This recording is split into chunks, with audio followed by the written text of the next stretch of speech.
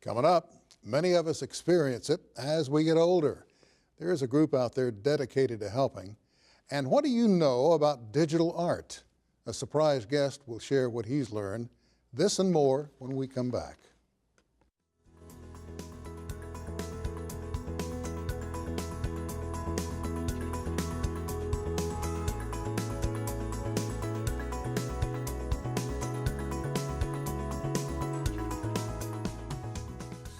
Hello everyone. Monday, April 9th, 5:22 in the morning.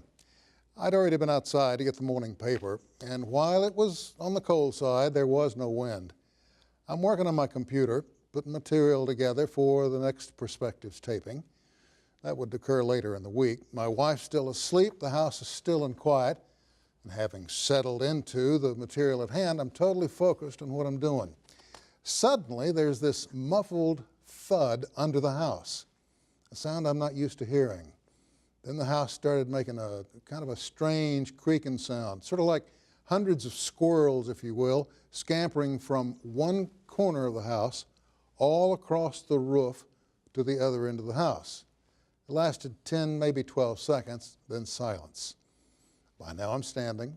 A few minutes later, the same sounds again, only this time not quite as loud. Well, about that time, my earthquake alarm sounded on an app through my iPhone. We're having an earthquake in Tulsa, Oklahoma, again. Actually, it was in Perry, Oklahoma, about 78 miles or so down the road.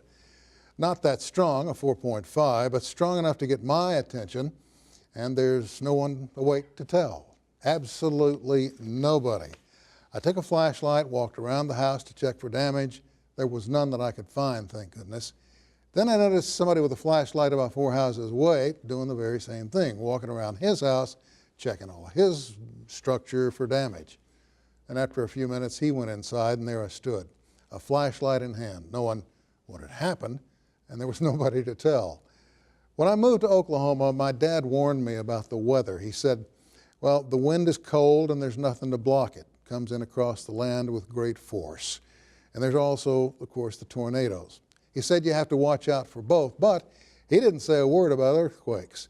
At the time, we weren't the earthquake capital of the United States. Also at the time that we talked, the word fracking wasn't commonly used. Boy, is it now. For right now, I'll continue to watch out for tornadoes and brace against the cold wind, but there's not much you can do to get ready for an earthquake, especially at 5:20 in the morning, except realize that so far in this part of the state anyway, they only surprise you with a little bluster and a little noise. So far, little if any damage. Hopefully, they won't get any worse, unless the fracking does. I'm Sam Jones, and that's my perspective. Up next, how's your hearing? If you're having problems, you'll want to know more about it. We'll talk with TSHA when we come back.